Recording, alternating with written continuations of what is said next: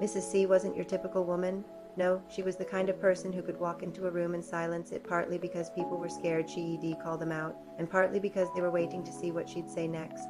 Hello, I'm Alex, and I am on a mission to uncover the stories of extraordinary individuals who have faced life's toughest challenges and come out swinging, and one of those stories belongs to Mrs. C, a woman who redefined resilience and turned her pain into power. Now, as someone who's spent more hours than I'd like to admit listening to people's life stories, I think I'm qualified to say that Mrs. C's tale is one for the books. So buckle up and get ready for a journey through the life of a woman who didn't just survive, she conquered. You know, when I first heard about Mrs. C, I couldn't help but wonder what kind of childhood could forge such a formidable character. Well, let me tell you, it wasn't the kind where you got tucked in with a bedtime story and a kiss goodnight. No, Mrs. C grew up rough, the kind of rough where you don't get bedtime stories. You get life lessons with a side of figure it out yourself. Her mom was a fighter too, but not always in the right way. She loved hard, but fought harder mostly with life itself. And that's how Mrs. C learned to survive. From an early age, she knew the world wasn't going to do her any favors. She was the kind of kid who'd take a hit for someone else and give one back just as quick. It's like she had this internal compass that always pointed towards justice, even when the rest of the world seemed to have lost its way. But here's where the story takes a turn, folks, because life has a funny way of throwing curveballs when you least expect them. And for Mrs. C, that curveball came in the form of him. Yes, capital H, the one who would test all that fire inside her. Oh, he was lovely at first, sweet, thoughtful, the kind of guy who knows how you take your tea and remembers your mom's birthday. He swept Mrs. C off her feet faster than you can say red flag, and why wouldn't he? After a lifetime of struggle, here was someone who seemed to offer a respite, a safe harbor in the storm of life. But the thing about charm is that it wears off, and when it did, the real him showed up, and let's just say he wasn't the type to buy flowers without a reason. No, this guy had a darker side, one that Mrs. C hadn't bargained for. It started small, you know how it goes. A harsh word here, a controlling behavior there, but before long it escalated into something much more sinister. Mrs. C stuck it out longer than most people would have, partly because she loved him and partly because when you've grown up seeing struggle, sometimes you think struggle is love. It's a cruel trick of the mind, isn't it?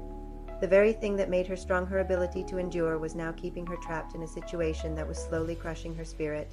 But here's the thing about Mrs. C, she wasn't made for breaking. Not permanently, anyway. One day, after he'd come home in one of his moods, Mrs. C stood there calm as you like and said, "You know what? I'm not scared of you anymore. You don't get to take up space in my life." And then she left, just like that, bag in hand, head held high, not even bothering to slam the door behind her. It was like watching a phoenix rise from the ashes, folks. In that moment, Mrs. C reclaimed her power, her dignity, and her future. Now I'd love to tell you that everything was smooth sailing from there, that Mrs. C walked out that door and straight into her happily ever after. But life isn't a fairy tale, is it? And Mrs. C's story is all the more powerful because it's real. It wasn't easy rebuilding her life. The system wasn't built for people like Mrs. C, the ones who fall through the cracks because they've spent too long holding themselves together with duct tape and spite. She faced challenges at every turn, finding a place to live, securing a job, dealing with the emotional aftermath of her experiences. It was like climbing a mountain with no gear and no map, but Mrs. C found her way. Slowly, she got a job, met some good people, and started putting herself back together piece by piece. And she never lost that fire, oh no, she sharpened it. It was like all the hardships she'd faced had been a forge, tempering her spirit into something unbreakable. As time went on, something remarkable happened. Mrs. C became the person people called when they were in trouble, a friend of a friend who needed help getting out of a bad situation. Mrs. C was already there, ready with a safe place to stay and a shoulder to cry on. Someone being treated unfairly at work? Mrs. C was on the phone, making someone's life difficult in the most polite, terrifying way possible. But don't think for a second that Mrs. C had turned into some kind of saint. Oh no, she still had her edges. She could still silence a room with a look or cut someone down 2 sides with a well-placed comment. But she also had her soft side. Just don't expect to see it unless you really earned it. You see, Mrs. C knew what it was like to feel helpless, to be backed into a corner with no way out, and the one thing she promised herself was that if she ever made it out, she'd reach back and pull someone else out too, and that's exactly what she did. She started small at first, volunteering at a women's shelter, offering a listening ear to those who needed it. But as time went on, her efforts grew. She became an advocate, a voice for those who couldn't speak for themselves. She'd march into courtrooms, council meetings, anywhere she needed to go to fight for what was right. And let me tell you, watching Mrs. C in action was something to behold. She had this way of cutting through bureaucracy and BS like a hot knife through butter. She'd stand there, all 5 feet nothing of her, and you'd swear she was 10 feet tall.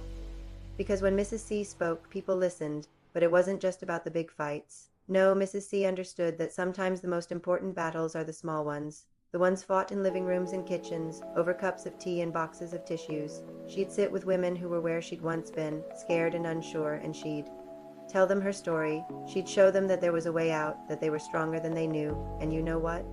It worked. One by one, women started to find their own strength. They'd leave abusive situations, rebuild their lives, rediscover their worth. And Mrs. C was there for all of it, cheering them on, offering support, being the friend and mentor she wished she'd had. But here's the thing about Mrs. C, she never saw herself as a hero.